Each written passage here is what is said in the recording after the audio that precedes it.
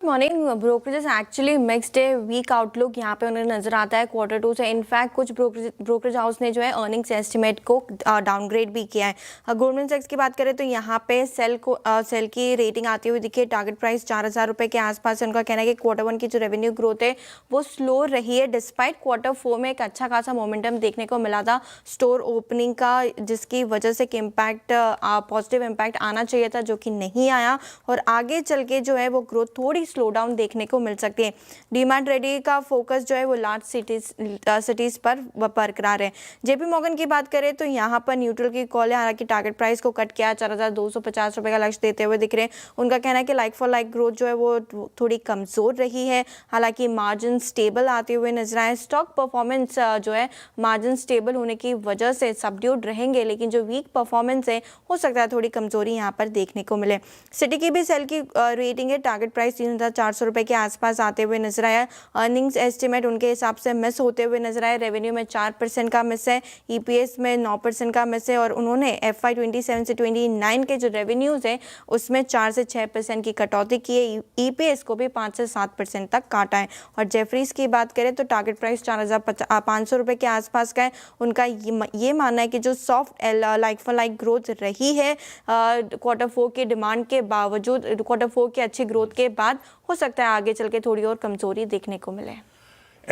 कुछ mixed view यहाँ पे आपको नजर आएगा। नोमुरा के साथ शुरुआत करें तो बाई की रेटिंग है, 4,400 रुपये का लक्ष्य है। जेफरीज के अंडर परफॉर्मेंस की कॉल है, टारगेट देखें तो 3,360 रुपये का आपको दिखेगा। सिटी सेल की कॉल के साथ बरकरार है, टारगेट प्राइस 3,450 रुपये के आसपास आते हुए नजर आया। नोमुरा का कहना है कि ग्रोथ जो है वो टेक्नोलॉजी और फाइनेंशियल सर्विस, ये दोनों जो आर्म है कंपनी की वहाँ से आती हुई नजर आई है। एबिट मार्जिन एक्सपेक्टेशन के अनुसार आते हुए नजर आए, और आगे चल के AI जो है वो बड़ा फोकस एरिया बनते हुए नजर आएगा। जेफरीज का मानना है कि quarter one broadly in line है, जो म्यूटेड एक्सपेक्टेशन थी उसके अनुसार। हालांकि ईपीएस एस्टिमेट को उन्होंने काटा है थोड़ा 2 to 3% यहाँ पे जो है आने वाले समय में ईपीएस एस्टिमेट को कट किया है। उनका मानना है कि आगे चल के जो ग्रोथ आउटलुक है वो थोड़ा कमजोर देखने को मिल सकता है। रेवेन्यू के लिहाज से 6% की ग्रोथ लेके चल रहे हैं जेफरीज, और ईपीएस की बात करें तो 9% की ग्रोथ उन्हें आने वाले 2 साल में नजर आती है। और सिटी उनका ये मानना है कि मैनेजमेंट कॉन्फिडेंट तो है, लेकिन हो सकता है अंडर परफॉर्मेंस आने वाले समय में नजर आए।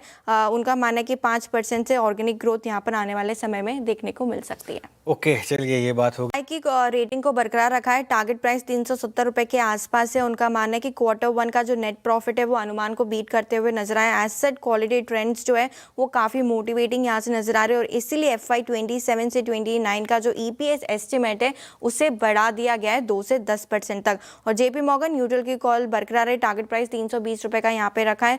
रिपोर्टेड क्वार्टर वन के जो नंबर्स है वो अहेड ऑफ एस्टिमेट्स नजर आ रहे हैं, 4% से बीट यहाँ पर आते हुए दिखा है। वैल्यूएशन एक्सपैंड हुआ है, इसीलिए हो सकता है आगे चल के री रेटिंग जो है वो लिमिटेड रहे। ओके, चलिए ये बात इसकी तरफ से कवरेज की शुरुआत हुई है बाय रेटिंग के साथ। टारगेट देखें तो 4,000 रुपये का नजर आएगा। उनका मानना है कि एसेट लाइट मॉडल है कंपनी का, जो कि काफ़ी बेहतर हो सकता है। ऑपरेटिंग लेवरेज प्ले आउट होती हुई नजर आएगी, तो मार्जिन एक्सपेंशन की उम्मीद लेके चल रहे हैं। 33% के मार्जिन किए थे कंपनी ने, हो सकता है 47 तक पहुंचते हुए दिखे FY 30 तक, और उसके बाद जो है इवेंचुअली 50 to 60% भी आते हुए नजर आ सकते हैं, क्योंकि ग्लोबल पेयर्स जो है वो 50 to 60% मार्जिन पर कारोबार करते हैं। मौजूदा रेवेन्यू में देखें तो जो प्लेटफॉर्म है वो करीबन 3 से 4% है टोटल मार्केट वैल्यू का, तो यहाँ पे बड़ी अपॉर्चुनिटीज़ है कंपनी के लिए। और ओवरऑल जो स्कोप है कंपनी के ग्रो करने का रेवेन्यू के लिहाज से वो 20% से ज़्यादा का है। तो इनिशिएट किए कवरेज की शुरुआत हुई है, बाई की रेटिंग के साथ 4,000 रुपये का लक्ष्य है। गजब एग्रेसिव